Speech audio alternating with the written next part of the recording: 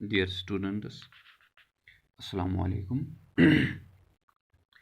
Today we are going to discuss factors affecting location of industries. जो industries की location होती है, industries कहाँ पे होनी चाहिए, उसके लिए कौन सी फैसिलिटीज़ अवेलेबल होनी चाहिए और इंडस्ट्री की स्टार्टिंग के लिए फीजेबल स्पॉट कौन सा होना चाहिए, इस लोकेशन के हवाले से आज हम जानने की कोशिश करेंगे. The factors affecting the location of industries are the availability of raw material. जैसे कि एक इंडस्ट्री की शुरुआत से पहले उसके रॉ मटेरियल की अवेलेबिलिटी का होना बहुत ज़रूरी है, क्योंकि इंडस्ट्रीज़ उस जगह में ज़्यादा कामयाब रहती है जहाँ रॉ मटेरियल उस इंडस्ट्रीज़ के लिए इजीली एक्सेसिबल हो. फॉर एग्ज़ाम्पल, अगर हम पेपर की इंडस्ट्री की बात करें, पेपर की इंडस्ट्री के लिए पल्प का होना बहुत ज़रूरी है. जो पेपर बनाने में इस्तेमाल होता है वो हम पेड़ पौधों से हासिल करते हैं, और उस एरिया में वो पेड़ पौधे ज़रूर होने चाहिए जहाँ पे जिनसे हम पल्प हासिल कर सकें. गोया कि इंडस्ट्री के लिए रॉ मटेरियल का होना बहुत ज़रूरी है और वो इजीली अवेलेबल होना चाहिए इंडस्ट्री के लिए, तब जाके वो इंडस्ट्री अच्छे से रन कर सकती है. उसके बाद है लैंड. इंडस्ट्री के लिए लैंड का होना भी बहुत ज़रूरी है. उसके लिए फिजिबिलिटी होनी चाहिए, स्पॉट अच्छा होना चाहिए. तो इसके अलावा वाटर होना चाहिए, क्योंकि बहुत सारी इंडस्ट्रीज़ ऐसी होती है जिनमें अच्छी वाटर सप्लाई का होना बहुत ज़रूरी है, क्योंकि वहाँ पे बहुत सारे एम्प्लॉई काम कर रहे होते हैं, लेबर्स होते हैं, उनके लिए भी पानी का होना बहुत ज़रूरी होता है. और कुछ प्रोडक्ट्स की मैन्युफैक्चरिंग के लिए भी पानी का होना बहुत ज़रूरी है. उसके बाद है लेबर. मज़दूर भी वहाँ पे होने चाहिए और उनके लिए ट्रांसपोर्ट का होना भी बहुत ज़रूरी है. इलेक्ट्रिसिटी फैसिलिटी भी होनी चाहिए, क्योंकि बहुत सारी इंडस्ट्रीज़ ऐसी है जो इलेक्ट्रिसिटी पे चलती है.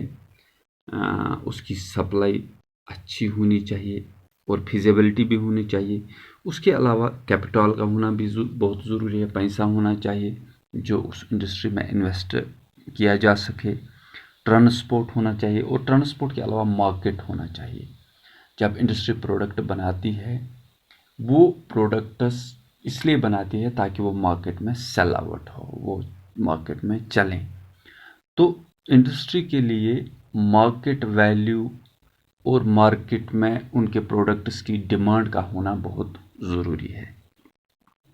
Industries are actually situated where some और all of these factors are easily available. जो भी फैक्टर्स मैंने अभी आपको बताएं, ये सारी चीज़ें अवेलेबल होनी चाहिए, या इनमें से मैक्सिमम चीज़ें जो है land, water, labour, electricity, raw material, ये सब चीज़ें अवेलेबल होनी चाहिए. तो कुछ sometimes the government provides incentives like subsidized power, lower transport cost and other infrastructure so that industry may be located in backward areas.